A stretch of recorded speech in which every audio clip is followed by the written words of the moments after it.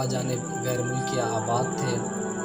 جب اسلام کی دعوت اس جزیروں میں عرب پر پھیلی تو عرب کی طرح وہاں پر موجود جو علاقے آباد تھے یا تو وہ مسلمان ہوئے یا مغرب سے شام سے متصل عربی علاقہ پسند کیا، رومیوں کے قبضے میں تھا، اور وہاں رومیوں کی طرف سے عرب حکمراں انتباہی قسم کی حکومت کرتے تھے، جیسے شام کے غساسنہ اور جہرہ کے مناظرہ۔ شمال مشرق میں عراق پر شبان ایران کا قبضہ تھا، جن کا مرکز ابلا تھا، اور خلیج عربی کے پورے ساحل عمان، بحرین اور ان کے اساتذہ یا ان کے ماتحت عرب حکمرانی کرتے تھے۔ یہ سلسلہ یمن تک قائم تھا۔ پھر یمن سے مغرب کی طرف زنج اور حبشہ کثیر تعداد میں موجود تھے۔ مشرقی جنوبی عرب کا پورا ساحل ایرانیوں کے قبضے میں تھا۔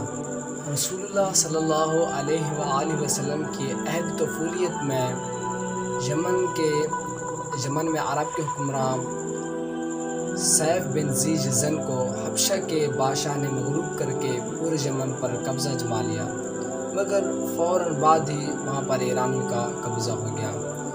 یہ سلسلہ رسول صلی اللہ علیہ وآلہ وسلم کی بعثت تک قائم رہا۔ الغرض عرب کے اطراف جانب غیر ملکی قابض و دخیل تھے، اور وہاں حکمرانی ان کے نمائندے حکمرانی کیا کرتے تھے۔ اگرچہ عرب میں ہندوستانی قوموں کو اور اس اقتدار حاصل نہیں تھی، لیکن مختلف وجوہات کی بنا پر انہیں بلند مقام حاصل تھا، جن میں بڑا دخل ایرانیوں کا عرب پر قبضہ کو تھا۔ ایک طرف سے ایرانی ہندوستان، سندھ، بلوچستان کے راجوں اور مہاراجوں اور بہت سے لوگوں کو اپنے پر اثر اقتدار میں رکھتے تھے، دوسری طرف یمن سے لے کر عراق تک یہ ہندوستانی قوم اپنے حکمانہ طاقت رکھتے تھے۔ ایران کی فوج اساتذہ میں بہت سے ہندوستانی کے آدمی شامل ہو کر عرب میں رہنے لگے، جس سے عرب اور ہندوستان میں مزید دلچسپی پیدا ہونے لگی، ان کے تعلقات بڑھنے لگے۔ بہت سے ہندوستانی عرب کے جہازوں، کشتیوں پر ملازمت کرنے لگے، اور یہی سلسلہ کئی سالوں تک قائم رہا، جن کی بنا پر بہت سی قومیں، ہندوستان کی قومیں عرب میں آباد ہونے لگی، جس سے عرب کے لوگ ہندوستان کی قوموں کو مختلف ناموں سے پکارا کرتے تھے، جن میں زد، سیاہ ببا، تکران، میر، احامرہ، بیاسرا وغیرہ ناموں سے موسوم کیا جاتے تھے۔ ان ناموں سے معلوم کیا جا سکتا ہے کہ وہاں بہت سی قومیں آباد تھی اور ہر طرف مشہور تھی۔ انہی حالات میں رسول اکرم صلی اللہ علیہ وآلہ وسلم کی بعثت ہوئی۔ چونکہ آپ صلی اللہ علیہ وآلہ وسلم کی مکی زندگی مقامی کفار و مشرکین کی ظلم کی وجہ سے مظلومیت میں گزری، اس لیے اسلام عرب میں زیادہ تر پھیل نہ سکے، وہ اسلام سے واقف نہ ہو سکے۔ اسی طرح عرب میں موجود ہندوستانی وہ بھی اسلام سے مکمل طور پر واقف نہ ہو سکے۔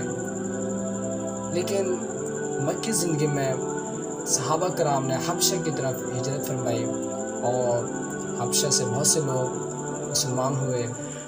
حضرت بازان حاکم یمن ابتدائی بعثت میں ہی اسلام لائے، اور ان کے ساتھ مقیم بہت سے لوگ وہ بھی اسلام میں داخل ہوئے۔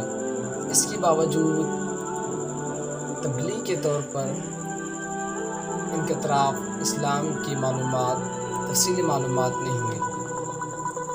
اس کا موقع اس وقت آیا جب رسول اکرم صلی اللہ علیہ وآلہ وسلم کی بعثت کے 13ویں سال مکہ کو چھوڑ کر مدینہ کی طرف ہجرت فرمائی۔ اس ہجرت کے واقعے نے اسلام اور پیغمبر اسلام کو نہ صرف عرب کی انتہائی حدود کو اسلام سے واقف کیا، بلکہ عرب کے اطراف موجود جو ممالک جو عرب سے متصل تھے، ان کے قدیم تعلقات تھے، وہ بھی اسلام سے واقفیت حاصل کرنے لگے۔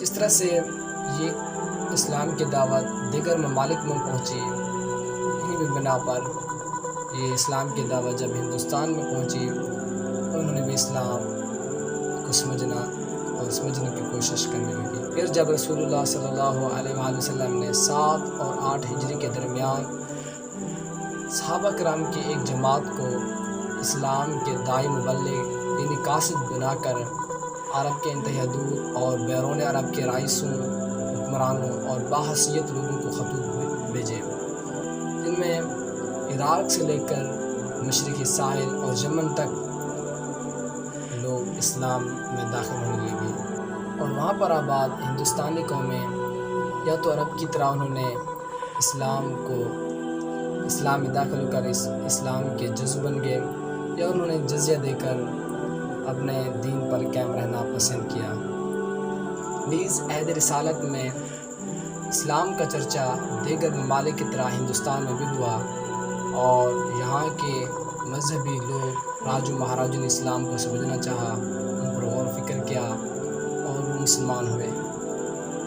ہندوستان کے متعلق رسول اکرم صلی اللہ علیہ وسلم نے بہت سی باتیں کی۔